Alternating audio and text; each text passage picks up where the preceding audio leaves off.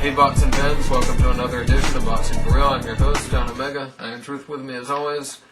We're continuing our July fights. We're going to have Bernard Hopkins versus Wright. Yeah, July 21st. Live July 21st, pay-per-view. Shouldn't be pay-per-view, but it is. Yeah. Undercard is, let's get the undercard out of the way. Oscar Larios is on the undercard against Liniers or some crap. So Larios should win, so right there that's nothing. Yep, and Michael Katsidis in a fight, he'll dominate. So that's not good at all. No, I mean, I kind of would like to see Katsidis, but that undercard, I don't want to pay to see him. No, and the undercard is absolute shit. So, Yep, absolutely. Yeah, I'd rather them just show the Hopkins Wright fight. Definitely. And let's get into the Hopkins Wright fight. Okay, at 170. This is where the weight is going to be. Let's go ahead and make our picks. I know who you're picking. I think I do. Yeah. I'm picking Wright. Really? Yep, I'm picking Wright to win unanimous decision. I think we'll both agree that it'll go to the distance. Decision. I can definitely agree with that. Yeah, had no idea you were going to pick Wright, definitely. But Picking Wright. I might be wrong, because it is Hopkins. Yes. 42 now. And but he has been off over a year. He looked really impressive against Antonio Tarver, which is what we were talking about when we started this show. Yeah, that was our first show. So and Wright we were was on talking the first about show. a Wright fight and Taylor coming up. Yep. But I'm going with Wright on this one. I just think his block and throw style will be enough. I think Hopkins has got the smarts to just figure him out and to still beat him clearly. I think 8-4 for Hopkins. That's going to be I think Wright's going to get more of the benefit of the doubt from the judges because he'll be coming forward more, and I think ultimately he'll win a decision. We'll see. And I think it'll be a much better fight than people are trying to make it. Oh yeah, definitely. Because people are saying it's going to be terrible and boring and everything. That's not going to happen. Yeah, this is two skilled fighters. People think that's boring, of course, which is wrong. It actually doesn't seem that a lot of the fans are saying that. It's more the media that seems to be saying that kind of thing. Yeah. So. And of course, Aram, because he has nothing to do with it, but also MSG. Hopefully, we're hoping King. I think King promotes Braithwaite. Yeah. Wayne Braithwaite versus Enzo Macarinelli. Okay. There you go. Both are supposed to be top cruiserweights. Yeah, Braithwaite's... we've seen Braithwaite. Yeah, he's proven to be a good top cruiserweight. Only one loss to Mormont. 2 official losses. The last one was bullshit. Guillermo Jones, no.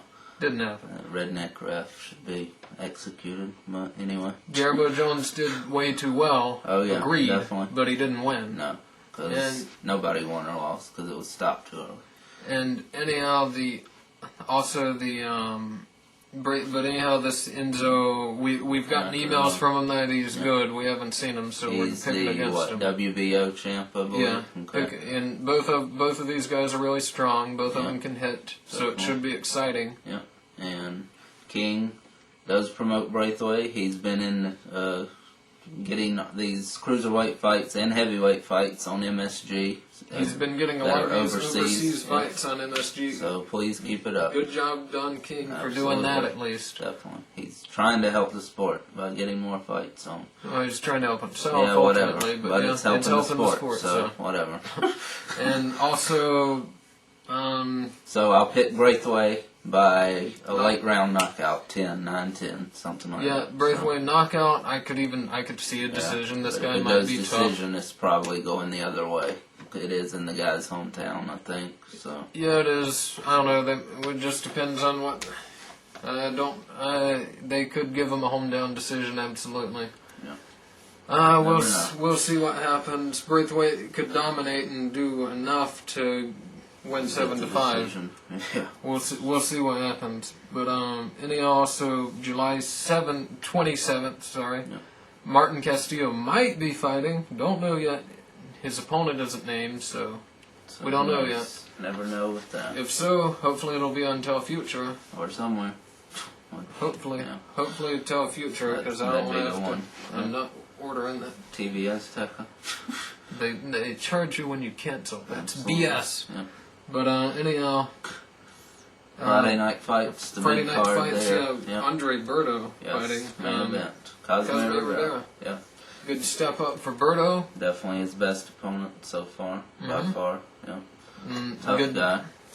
good step up. After this, he needs to continue his steps up. Yeah, And welterweight, here he comes. yes, probably the best prospect, or definitely one of the top ones. One of the top prospects right Definitely, now, by absolutely. far. So I'll pick Berto. I'm going to pick him by knockout, even though Rivera has only been knocked out once, and y'all know who it was. Absolutely. But anyway, I'll pick Berto by a middle round knockout. Yeah, I see about 6. Yeah, 6 somewhere or in there. 7, something like that. So. And I definitely look for him to look a lot more impressive than another prospect Garcia just did. Julio Cesar of Garcia. course, definitely. And And one fight, maybe on that undercard, Chaz Witherspoon's supposed to be fighting on the undercard. Yeah. Whether it's shown or not, we don't know. He should be if it happens. Yeah, or whether he fights or not, we don't even know that for sure. So Should be. hopefully. And now, July 28th, we've got Vernon Forrest versus Carlos Baldomir. Yeah. It amazes me still that this is a main event. Whenever we've heard some of the complaints of fights, I'm surprised that they're putting this on as a main event over at HBO. I have no problem with it being a main event at all, because Forrest has proven himself. He hasn't had a good couple of years now, of course, but just still, I have no problem with it being a main event. I do. When Roy Jones is on some kind of pay-per-view, you can always throw that out, of course. Vernon Forrest belongs on that kind of thing more than Roy Jones does. Definitely, and that's true. But anyway, I'm gonna pick Forrest by decision, clear decision, of course. Yeah. I don't think he's knocking Baldomir out. He doesn't. He's not aggressive enough. No, and he'll just box him, embarrass him, probably. Yeah, it'll be a one-sided fight. Probably last time you see Baldomir. Almost certainly last time you'll see him on a network. Yeah, unfortunately, we need to see him at least one more time against Judah in a rematch. But Yep. anyway, And going on into August, that's July. We're just going to go the first couple days in August in case we don't get to shows right by then. then. Jean Huge Pascal going to be fighting August 3rd on Friday Night Fights. Probably on Friday Night Fights. It's in Hopefully. Montreal. They seem to like going there now. Yeah, and he's been shown a few times now. And so. Riddick Bowe is also going to be fighting. Both should win. Bowe is fighting not on that card though, probably off TV. Probably. And he's fighting some guy that's lost 11 of his last 12 by early round knockouts. Good. That's who he needs to fight. If he's going to fight, that's who he needs to fight. And if he loses to someone like that, you better get out, Bo. Yeah, and I mean, really, he's very out of shape, and he's old. I mean, it's not a real good idea, I don't think, for him to come back. Although the state that the division's in, you never know. Even the state the division is in, the state Bo is in is worse. Yeah. is pretty bad. That's bad. But anyway, good luck to him, of My course. prognosis is negative. Riddick Bowe prognosis negative. I hope you prove that's wrong. Yep. Wish you the best.